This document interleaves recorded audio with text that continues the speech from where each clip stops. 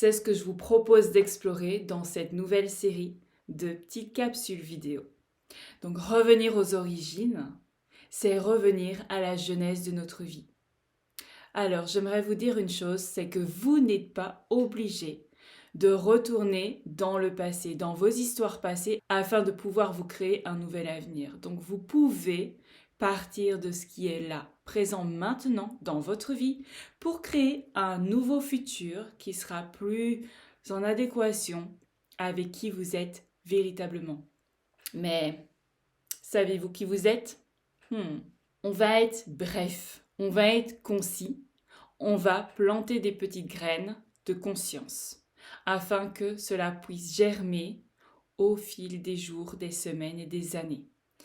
Parce que le travail d'exploration, de reconnexion à soi, afin de devenir l'artisan de votre vie, ça se fait avec la matière de vos expériences. Oubliez les tests de personnalité, oubliez les listes de vos qualités et de vos défauts. Non, tout ça est basé sur votre ancienne identité, celle qui n'est pas vous. Donc aujourd'hui, on va commencer cette nouvelle exploration vers la découverte de qui vous êtes véritablement. Mais attention, je ne vais pas vous proposer un parcours comme on peut le retrouver partout ailleurs. Non, on va commencer en vous remplissant. Vous allez vous nourrir et vous remplir de tout ce qui vous anime, de tout ce qui anime cette force de vie, cette force vitale en vous, afin de déborder ensuite et de commencer à explorer à partir de ce débordement de vous, de cette énergie-là qui vous anime. Parce qu'à ce moment-là, vous allez vous découvrir autrement, vous allez porter un nouveau regard sur vous, sur votre vie, sur vos capacités, sur vos compétences, sur tout ce que vous êtes capable de créer. Et ça, c'est important. Parce que, en général, on vous demande d'aller explorer vos parts de votre passé, etc. Oui, c'est important de le prendre en compte, mais on peut faire ce cheminement-là à l'instant où il se présente. Donc, on peut explorer nos ombres, on peut explorer nos traumas et les dépasser, on peut explorer nos croyances limitantes au moment où cela nous est nécessaire. Ça ne sert à rien de commencer à fouiller partout, à aller pelleter comme ça et de creuser des trous profondément afin de pouvoir déceler les gros dossiers, toutes les histoires du passé qui viennent impacter notre présent. Ok? Alors moi, ce que je vous propose, c'est de reconnecter les 3 R. Reconnaissance, reliance, radiance. Ouais, il m'a fallu un petit peu de temps pour retrouver les 3 R correspondants.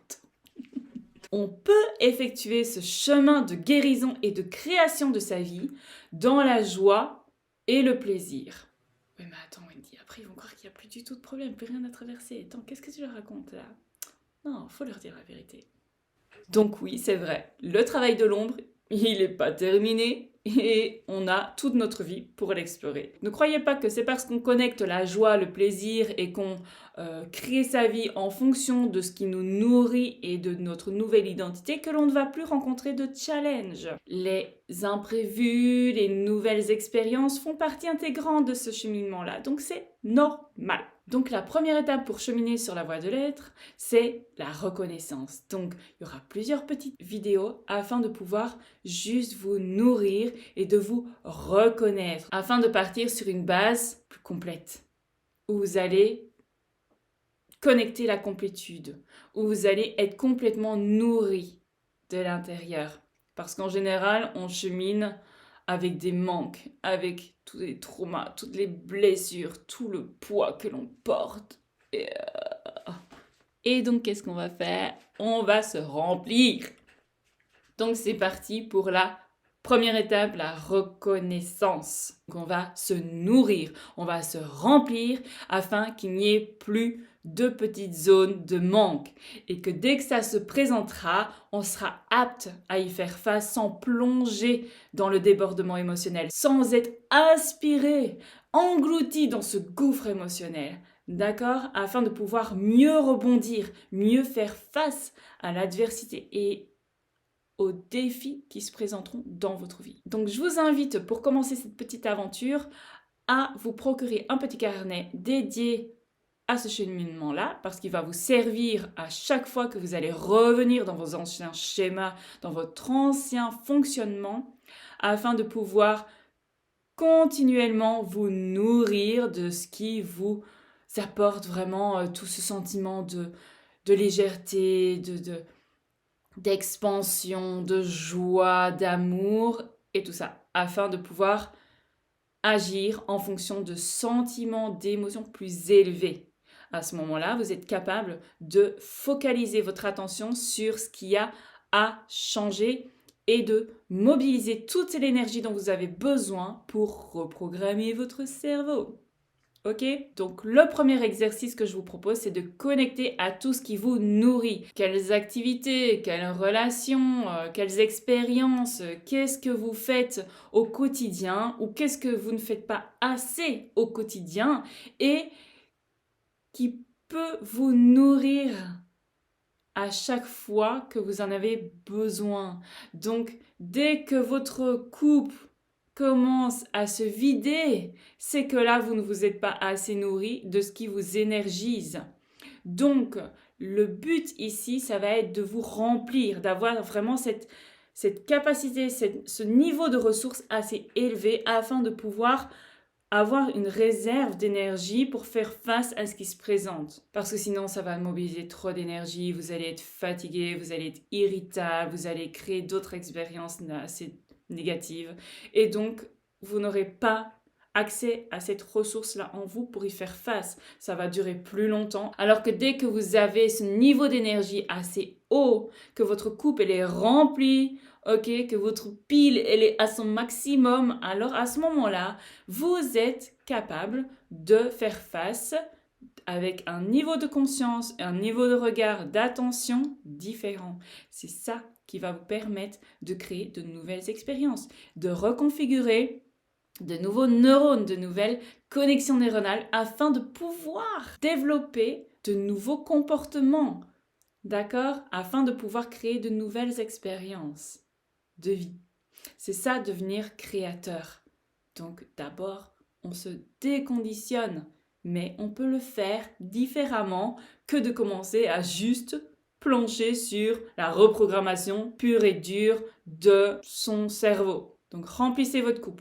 Notez dans votre carnet tout ce qui vous nourrit. Quelles expériences, quelles relations, voilà, quelles activités, quelle nourriture peut-être. Aussi, quel genre d'aliment vous nourrit. Avec quoi vous vous sentez bien. Quel genre de film, de musique écoutez-vous, voilà, pour vous nourrir, pour vous sentir bien. Ça doit générer un sentiment d'élévation, un sentiment qui vous élève, où vous vous sentez transporté, où vous vous sentez un peu plané. Bon, on garde les pieds sur terre, hein, d'accord? Mais des situations, des activités qui vous nourrissent. Et ça, il faut le faire tous les jours, en tout cas le plus possible.